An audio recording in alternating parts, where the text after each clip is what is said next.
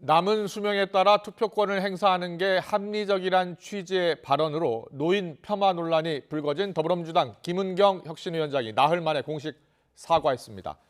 국민의힘은 김 위원장이 이딴 실언과 망언으로 민주당을 죽이고 있다며 사퇴를 촉구했습니다. 국회 연결합니다. 손효정 기자. 네, 국회입니다.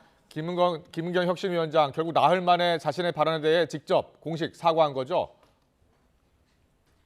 네, 민주당 김은경 혁신위원장은 오늘 혁신위 회의 전 당사 앞에서 기자들을 만나 어르신들의 마음을 상하게 했다며 공식 사과했습니다. 앞서 김 위원장은 당 안팎의 비판에도 오해가 있었다, 노여움을 풀어달라 등 유감만 거듭 표명해 왔는데 앞으로 신중하게 발언하겠다며 사과의 뜻을 밝힌 겁니다. 그리고 어르신들의 마음을 상하게 한 점에 대해서는 더욱 정중히 사과드립니다. 어르신들의 헌신과 경륜을 존중해야 한다는 말씀 새겨듣겠습니다. 앞으로 이러한 상황을 일으키지 않도록 더욱 신중하게 발언할 것이며 이후 김 위원장은 대한노인회를 방문해 김오일 노인회장 등을 만나 제대로 판단하지 못했던 부족함이 있었다며 사과했습니다. 다만 일각에서 제기된 사퇴 주장에 대해서는 혁신의 의지는 그대로 간다며 선을 그었습니다.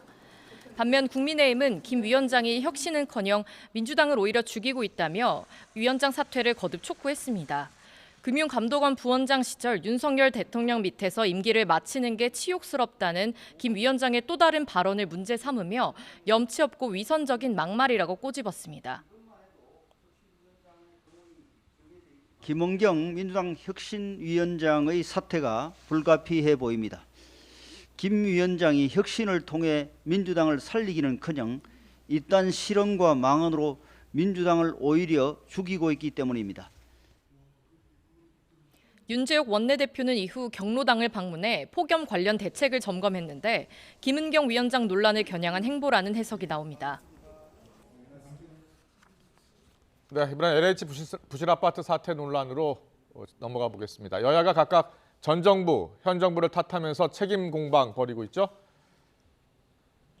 네, 국민의힘은 LH 아파트의 철근 누락 사태를 건축 이권 카르텔로 규정하며 문재인 정부 책임론을 제기했습니다. 어제 LH 부실 아파트 대책을 논의한 고위 당정협의회 결과 발표에 이어 지난 정부에서 발생한 위법 행위를 철저하게 조사하겠다고 거듭 밝힌 겁니다. 당 차원의 진상조사 TF를 본격 가동하고 국회에 계류된 건설산업기본법 등 건설 현장 정상화 5법도 소속히 추진할 계획입니다. 이와 더불어 국정조사 추진도 검토하고 있는데요. 민주당의 참여도 압박했습니다. 지금 이제 철근 보강이 잘 안 된 LH 아파트 같은 경우는 다 문재인 정부 때 설계가 들어간 것들이거든요.